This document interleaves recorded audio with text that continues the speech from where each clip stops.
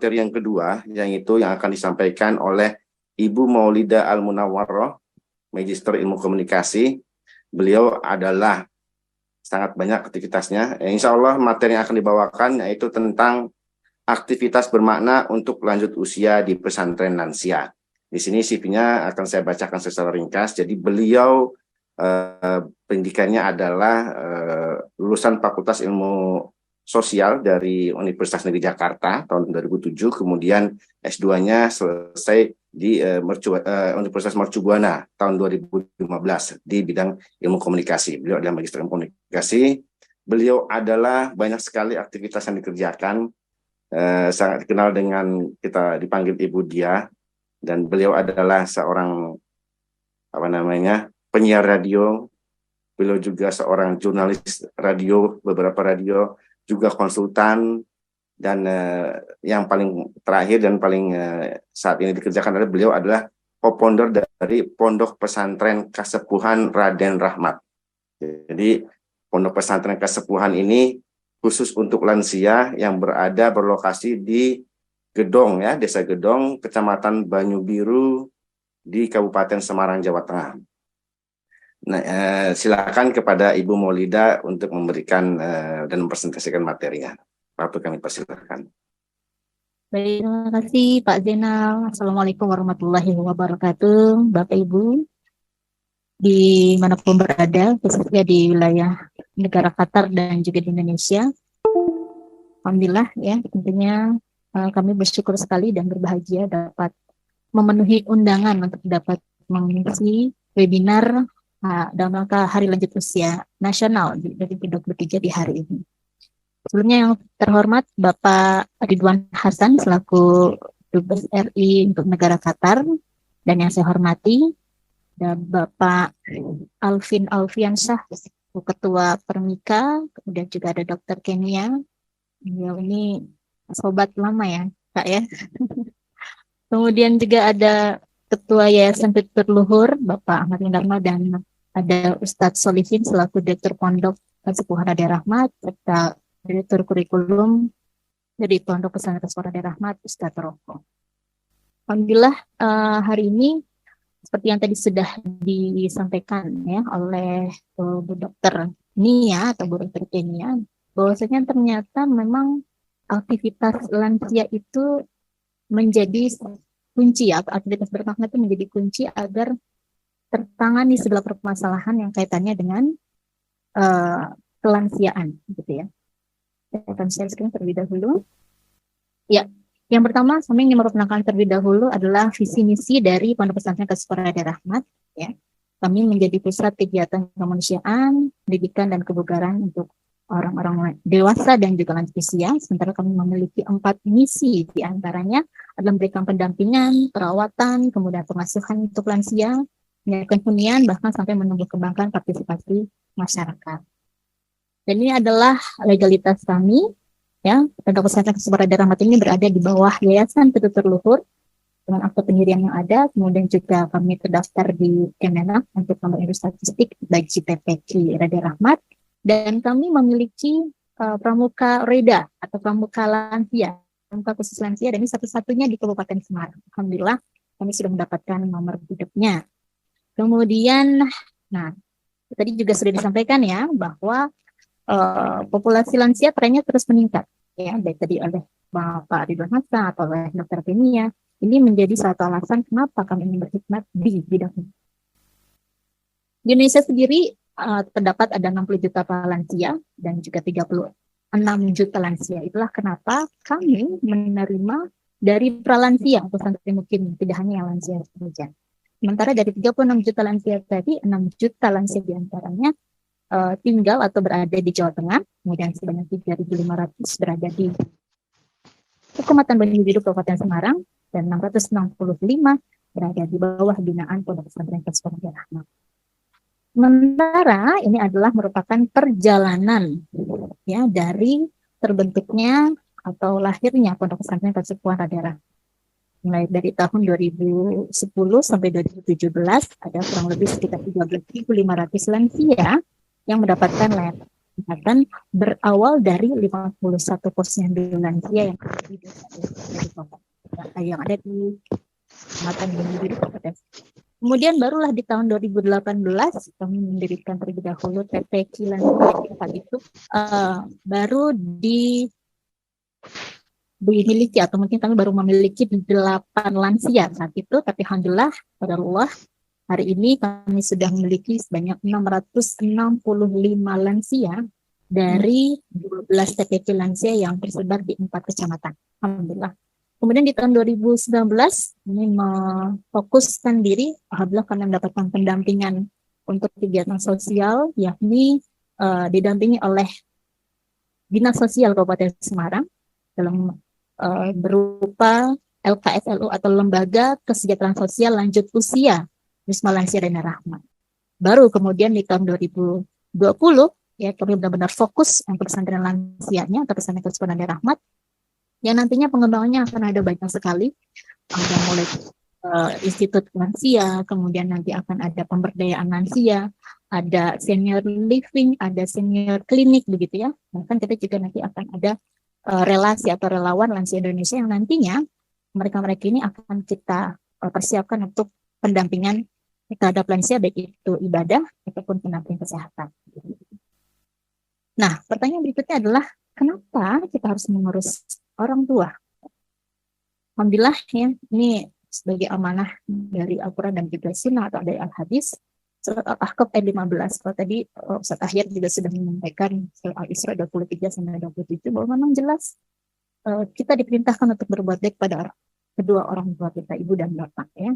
Dan mudah-mudahan ini juga menjadi landasan kami untuk birrul walidain ya, untuk berbakti ya, bentuk bakti kami kepada orang tua, tidak hanya orang tua sendiri tapi juga orang tua dari anak lainnya. Nah, berikutnya mungkin juga ada yang bertanya, gimana sih caranya untuk bisa menjadi santri mukim atau menjadi santri di Pondok Pesantren Kasih Rahmat? Oke, kita putarkan videonya ya. Terima kasih Kak Zainal. Ya, ini adalah 3 syarat ya. Yang pertama adalah memiliki kemauan atau mau dari dasar hatinya sendiri santri memang mau bermondok atau nyantri di Pondok Pesantren Kasih Rahmat. Jadi ingin berubah dari kebiasaan yang lalu untuk mempersiapkan bekalnya nanti. Kemudian M yang kedua adalah mandiri, baik secara fisik ataupun psikis. Tentunya dibuktikan dengan surat keterangan sehat, sedang mengkonsumsi obat tertentu, sedang menjalani terapi tertentu juga disampaikan. Ketiga adalah mampu baik secara fisik ataupun secara psikis dan juga secara materi. Ini nanti syaratnya baru 3 itu ya, tapi kita memiliki tahapan. Nah ini dia. Jadi ternyata meskipun kita tadi memiliki 3M, kami juga memiliki tahapan di dalamnya. Setiap siapapun yang ingin nyantri di kami atau menjadi calon santri begitu, harus kita lakukan screening kesehatan terlebih dahulu melalui amanah Permenkes nomor 4 tahun 2019. Kita ketahui bagaimana di situ nantinya kita mau lihat nih santrinya mandiri atau enggak. Ya, mandiri secara fisik dengan instrumen ADL gitu ya, kemudian mandiri secara psikis dengan instrumen GDS ataupun. Nah, ternyata dari amanah Permenkes nomor 4 tahun 2019 ini ADL, GDS dan juga AMT ini juga mampu untuk bisa melihat ya bagaimana kemandirian baik melalui fisik ataupun melalui psikis dari calon santri kita. Yang kedua adalah screening pengalaman belajar. Pengalaman belajar ini tentunya kan santri lansia tidak mulai dari start yang sama ya, tidak seperti anak-anak pada umumnya. Jadi mereka ada yang dulunya mungkin sempat mengenyam bangku pendidikan, ada juga yang tidak. Sehingga tentunya kami perlu mengetahui apa latar belakangnya, kemudian sudah sampai mana belajarnya, mengetahui huruf hijaiyah atau tidak, dan seterusnya ya. Sementara untuk Al-Quran, kita akan ada semacam tes gitu ya. Tahapan belajarnya sebelum Al-Quran kita menggunakan metode qiraati. Kemudian yang ketiga tahapannya adalah terbuka dan kooperatif. Ini khusus untuk tidak hanya calon santri tapi juga untuk keluarga atau penanggung jawab. Oh iya, di kami di sini sering disebut pesantren lansia tidak sama dengan panti jompo. Karena apa? Karena di sini harus wajib memiliki wali. harus wajib memiliki penanggung jawab. Ada beberapa alasan, diantaranya kenapa harus memiliki penanggung jawab, karena kami adalah pesantren, boarding school begitu ya, sekolah di dalam asrama, maka ada beberapa capaian pembelajaran yang harus diraih oleh setiap santri setiap saat.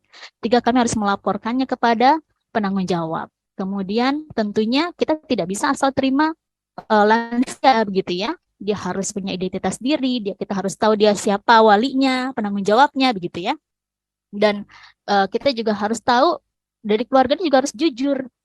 Mbahnya ini sakit apa, atau sedang mengkonsumsi obat apa, sedang melakukan terapi apa, agar kemudian ketika dititipkan di kami begitu ya, atau ketika sekolah di kami, kita dapat melanjutkan treatment yang baik untuk si mbahnya. Nah, yang berikutnya adalah apa sih sebenarnya yang diajarkan, mereka tuh belajar apa gitu ya. Kami menggunakan ada 3 ranah pelayanan dan juga pembinaan. Kami menyebutnya adalah ROJIRO atau olah rogo, olah jiwo, dan olah roso. Ya. Kalau kita lihat kurva ini, di mana di sebelah kanannya ini juga sudah dilengkapi dengan Al-Quran ya. Yang paling utama adalah ketika lansia ini kan tadi sudah disampaikan oleh Dr. Kenia ya, mengalami penurunan, mengalami degeneratif secara fisik dan juga kognitif. Ini ada di olah rogo. Seperti dalam surat Ar-Rum ayat 54 yang kurang lebih adalah kita diciptakan dari lemah, kemudian menuju kuat, kemudian dilemahkan lagi sampai kemudian kita beruban begitu ya. Dan inilah yang kemudian kita mengalami penurunan. Bahkan ada tingkat stressingnya juga di sini ya. Tadi kan ada stres fisik gitu ya, yang saya dengar oleh Dr. Kenia. Dan kita lihat garis merah ini diwakili untuk mewakilkan olahraga tadi atau raganya. Ya. Ketika dia mengalami penurunan, kita harapannya adalah bisa kita optimalkan. Sementara garis lurus atau garis flat datar itu diwakili oleh olah roso. Olah roso ini lebih ke tingkat emosionalnya dia, ya, seberapa besar stabilitasnya. Harapannya sih semakin tua nggak meledak-ledak ya emosinya ya. Kemudian yang terakhir yang garis warna hijau ini diwakili oleh olah jiwa begitu ya. Bagaimana tingkat spiritualitasnya kita tumbuhkan gitu ya. Tingkat dekatnya dia dengan Tuhan, dengan Allah gitu ya, semakin tinggi. Harapannya jika kita dikaruniai umur panjang nanti, kita kalau tadi bahasanya Kak Nia atau bahasanya Dr. Kenia adalah menua sehat, tapi ada tambahannya. Menua sehat agar nantinya kita harapannya ketika tua lebih lama, kemudian stabilitasnya emosionalnya tetap stabil dan tingkat kedekatannya sama Tuhan tuh sama Allah tuh semakin meningkat. Harapannya seperti itu, mudah-mudahan ya. Kemudian, nah inilah program pembelajaran yang kami miliki. Ada ada 3 ya, ada 3 paket pembelajaran yang kami miliki per 4 bulan. Jadi ini program regulernya. Kenapa kita punya program per 3 bulan ini? Ini merupakan proses healing yang ada. Bayangkan santri ketika masuk, mereka paling tidak hampir banyak di kami yang mungkin ini 80% memiliki masalah. Baik itu benturan fisik ataupun benturan psikis. Nah, untuk paket yang pertama, di paket obat ini, kita dalam rangka untuk proses healing ya. Proses healingnya mereka, dengan harapan mereka semakin mengenal dirinya, apa yang ada dalam tubuh dan juga dirinya, ma'rifatul insan atau mungkin kelansiaannya begitu ya. Kita menggunakan pendekatan Quran, kita gunakan pendekatan sholat, zikir ya, melalui pembiasa. Kemudian baru kita masuk di 4 bulan yang kedua adalah hidayah. Dari dia kita tanamkan tentang keimanannya, Islamnya. Jadi kita tidak lagi banyak belajar tentang kognitifnya. Apa itu rukun iman? Apa itu rukun Islam? Tidak. Tapi lebih kayak, kita sholat, ada pembiasaan, setiap jam berapa, atau mungkin setiap waktu sholat, memang sholat berjamaah. Kemudian mengimani dan seterusnya. Dan yang berikutnya adalah paket pembelajaran untuk yang 4 bulan terakhir atau selama 1 tahun. Ini adalah dalam rangka untuk berupaya kami agar mbahnya ini benar-benar selama 12 bulan di kami atau tinggal di pondok ini sudah tercapai apa yang menjadi pembiasaan yang ada. Terbiasa, kami di sini tidak lagi levelnya buang sampah pada tempatnya, tapi memilah sampah untuk kemudian bisa diolah. Kemudian terbiasa bersedekah, terbiasa sholat malam gitu ya, sholat syuruk dan sebagainya. berpuasa ya, ibadah-ibadah yang sifatnya untuk menunjang keimanannya mereka gitu ya. Dan yang paling utama adalah kita harapannya mbah-mbahnya ini bisa tadi ya menua sehat, kemudian pulang penuh bahagia, atau dalam arti sebetulnya adalah husnul khotimah. Nah, seperti apa sih kegiatan yang bermakna ya di Pondok Pesantren Kesukunan Rahmat? Kita lihat dari aspek fisiknya terlebih dahulu. Aspek fisik atau olahraga di kami ada senam dan berolahraga ya. Ini kita lakukan secara berkala. Alhamdulillah. Berarti yang tadi sudah disampaikan dokter ini sudah terpraktekkan di kami ya. Kemudian juga kita ada istirahat produktif. Jadi ada usia tani, usia lanjut bertani, ada usia cooking ya, usia lanjut memasak ya. Alhamdulillah ini jadi passionnya mereka mbah-mbah di sini. Kemudian juga kita makan makanan yang bernutrisi. Tentunya kalau saran dari Kemenkes itu adalah makan sayur dengan nasi, bukan makan nasi dengan saja. Jadi lebih banyak sayurnya daripada nasinya ya. Ini terus kemudian kita ada juga posyandu lansia tentunya karena kami berada di bawah binaan Dinas Sosial Kabupaten Semarang. Kemudian kami juga merupakan program dari Kemenkes ya. Maka posyandu lansia ini juga menjadi harapannya si mbah-mbahnya nih untuk bisa terus secara berkala ya melakukan cek secara rutin. Kemudian tadi aspek kesehatan fisik. Sekarang kita aspek kesehatan jiwa, psikis ya, baik itu di kami olah jiwa ataupun olah raga. Tentunya tadi ya meningkatkan spiritualitasnya mereka dengan beribadah, ya ada yang sholat berjamaah, ya ini juga mbah-mbahnya yang kadang mengimami ya sambil melatih hafalannya mereka. Kemudian juga kita masuk ke rosonya ada seni dan estetika, juga bisa melatih psikisnya mereka. Betul tadi yang disampaikan Dokter Kenny, interaksi juga kami di sini sudah ada permainan. Ini juga untuk melatih rogo, jiwa dan rosonya mereka. Ya, kemudian berikutnya adalah aspek kesehatan otak ya.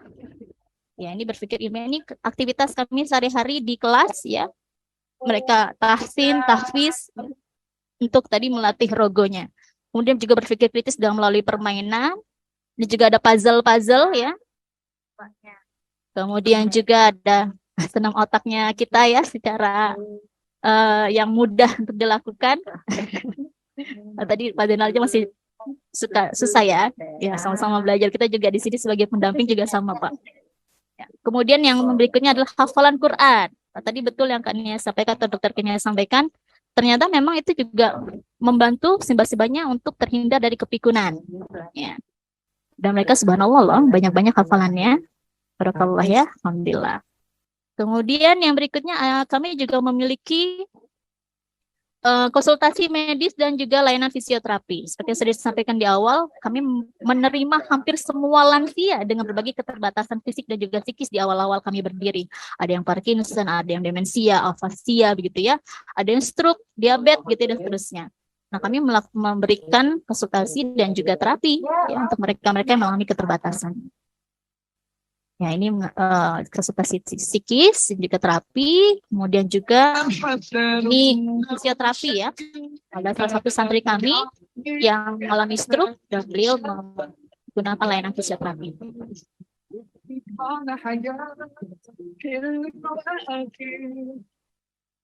Nah, oke.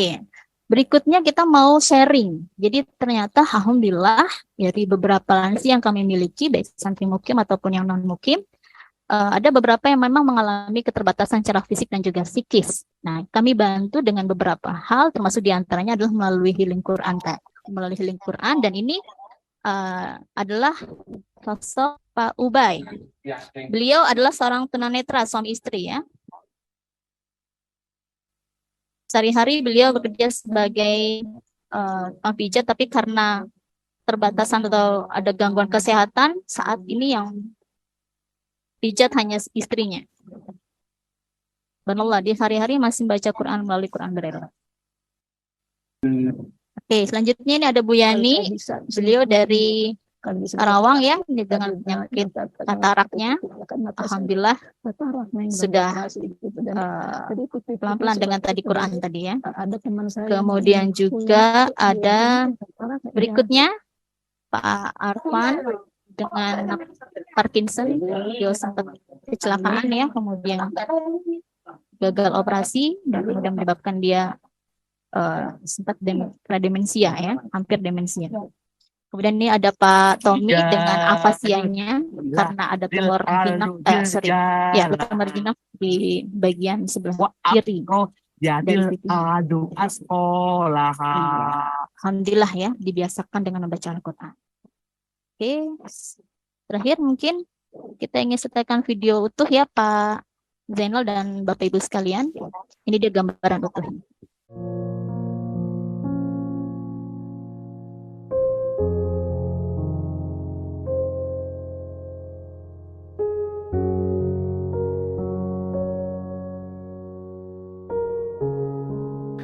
Jika diberi umur panjang, pada saatnya kita akan sampai di usia senja. Fase usia saat kekuatan fisik kian melemah. Waktu terasa cepat berlalu. Rumah yang dulu riuh suara anak-anak, kini hening. Mereka telah sibuk dengan urusan masing-masing. Satu persatu sahabat dan handai tulan pergi meninggalkan dunia. Kita pun menunggu gilirannya. Pertanyaannya, seberapa siapkah kita jika hari berpulang telah tiba? Pesantren Kasepuan Raden Rahmat hadir menawarkan perhatian seperti layaknya sahabat. Kami memberikan layanan medis, agamis, dan psikologis. Di tengah arianan hijau dan permai, di dekat udara sejuk pegunungan, di bawah atap bangunan bernuansa tradisional, kami menawarkan sebuah pengalaman baru menjalani hari-hari usia emas dengan keriangan, kebahagiaan, dan produktivitas tanpa batas. Saya itu cari-cari di YouTube beberapa bulan sebelum masa pensiun saya. Nah, jadi ketemulah saya di YouTube itu Pesantren Raden Rahmat ini. Saya semakin cari informasi tentang ini. Kami berkesimpulan, inilah yang paling bagus yang kami temukan. Sebagai lembaga kemanusiaan, pendidikan, dan kerelawanan untuk lansia, sejak berdirinya pada tahun 2018 lalu, kami menyediakan beberapa layanan. Di antaranya, asrama dan luar asrama melalui daycare dan home care, pesantren lansia, wisma pemulihan lansia, dan bantuan kemanusiaan dan pemberdayaan untuk lansia duafa.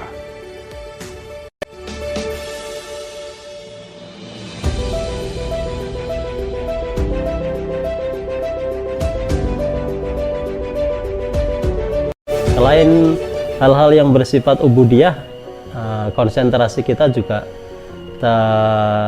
terhadap hal-hal yang bersifat ya muamalah dan duniawiyah. Bagaimana pondok pesantren juga membekali keterampilan-keterampilan yang berguna bagi kehidupan real di masyarakat.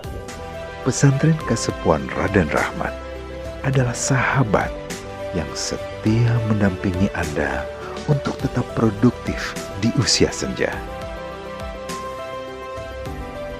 Dipersembahkan oleh BSI Maslahat dan Pesantren Kasepuan Raden Rahmat.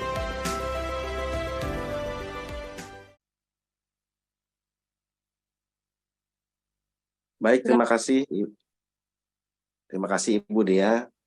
Jazakallahu khairan katsiran.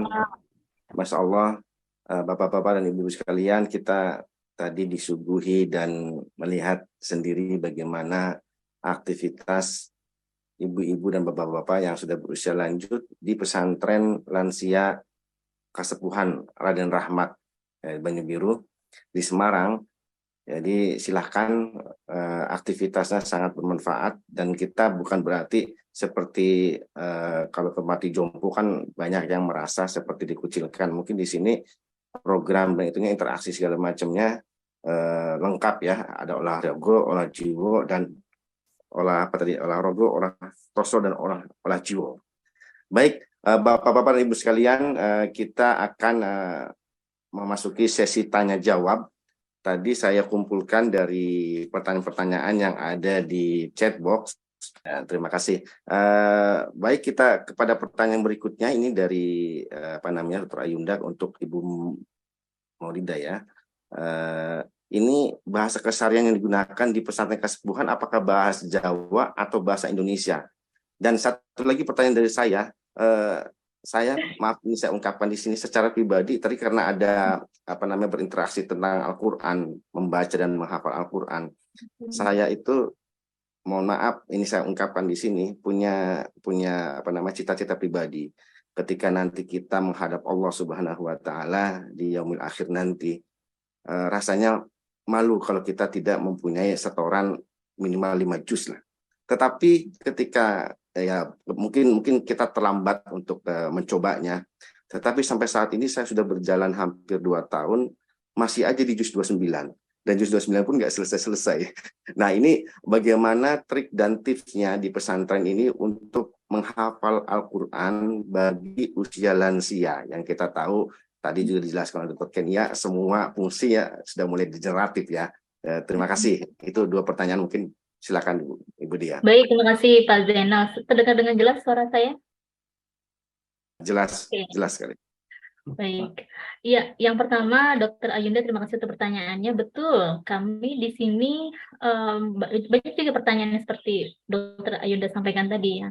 Kami dari ujung Indonesia Barat sampai ujung Indonesia Timur tuh ada santri kami di sini yang mungkin, jadi otomatis kami menggunakan bahasa Indonesia. Meskipun banyak dari pengajar kami asli Semarang ya, asli Jawa Tengah, yang kemudian kita kadang menggunakan 2 bahasa ya, tapi alhamdulillah bisa dipahami, bisa dimengerti karena tadi mereka tidak berangkat dari start pendidikan yang sama. Kemudian pertanyaan kedua dari Pak Zainal tadi ya, gimana sih tipsnya atau triknya gitu ya untuk hafal Quran, terutama di usia lanjut. Betul, ini memang PR ya. Untuk mengingat saja, kalau tadi dalam videonya Dokter Kini itu susah ya, sulit gitu ya. Kadang suka lupa ya, atau mungkin mereka melakukan pengulangan. Nah, biasanya kita menyarankan untuk digunakan pada saat mereka melakukan ibadah, entah itu sholat, mengimami sholat ya untuk yang laki-lakinya. Kalau yang perempuannya mungkin mereka antar teman, antar santri itu mereka ada waktu khususnya memang untuk bisa hafalan. Dan betul juga, hadisnya juga jelas ya, kita nanti derajatnya tuh tergantung bagaimana hafalan kita. Makanya santri-santrinya di sini semangat hafalan, semangat baca Qur'annya, ya itu. Jadi tipsnya seperti itu Pak. Mudah-mudahan bisa ya Pak ya. Dan ini juga buat kita semuanya sih, agar kemudian bisa digunakan dalam aktivitas sehari-hari. Bahkan sampai ngupas bawang gitu ya, atau bercocok tanam sambil hafalan. Ayo diulang lagi hafalannya ya Mbah gitu ya. Dan seterusnya. Barakallah, insyaallah seperti itu. Wallahu a'lam. Yaitu saya pribadi itu ya tadi seperti yang ditanyakan sama Dokter Kenia, olahraganya apa kira-kira Pak Zainal? Saya yang paling ringan itu jogging, jalan kaki kadang disertai dengan lari kecil sedikit. Kita lihat kondisi lutut kita dan kaki kita. Kalau memang merasa ini, mungkin saran juga kalau kita ketika lari merasa lututnya sakit atau jangan dipaksakan. Dengan jalan kaki pun saya kira itu sudah cukup. Dan ketika mungkin tips ini bisa dipraktekkan oleh bapak-bapak dan ibu-ibu, itu tips saya pribadi. Ketika saya melakukan olahraga jogging itu, saya sambil murojaah yang saya hafal.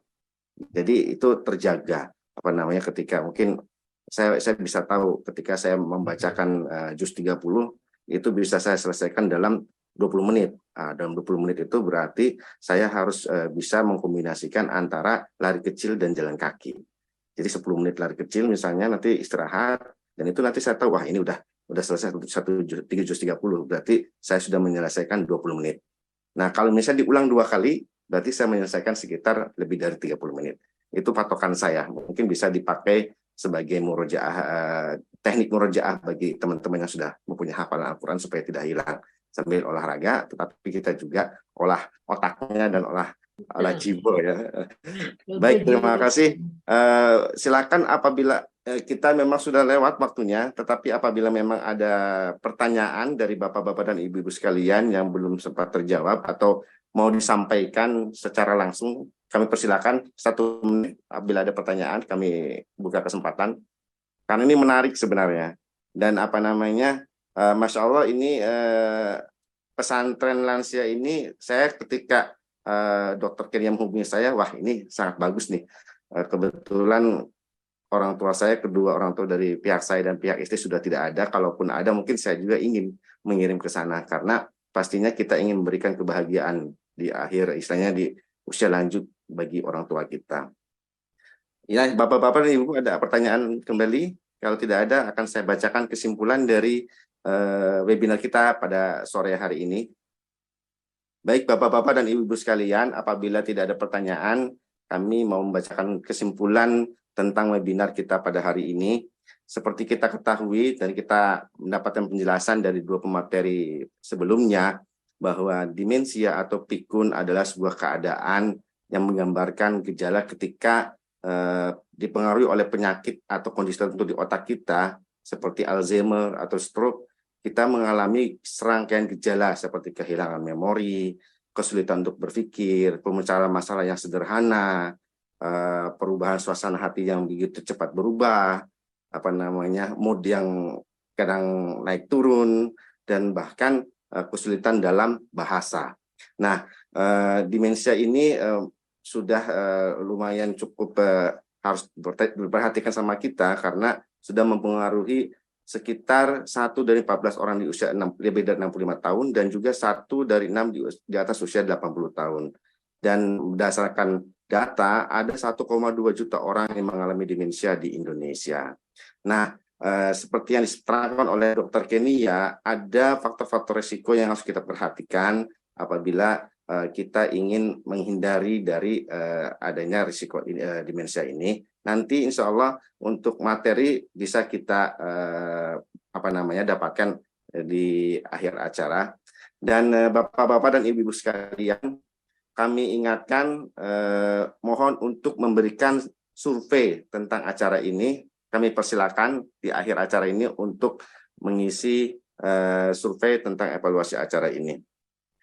Untuk kesimpulan yang lain, yaitu bahwa kita sering mendapatkan di media sosial ketika kita anniversary ya, hari ulang tahun pernikahan, menua bersamamu. Nah, menua bersama ini bagaimana menua bersama yang sehat.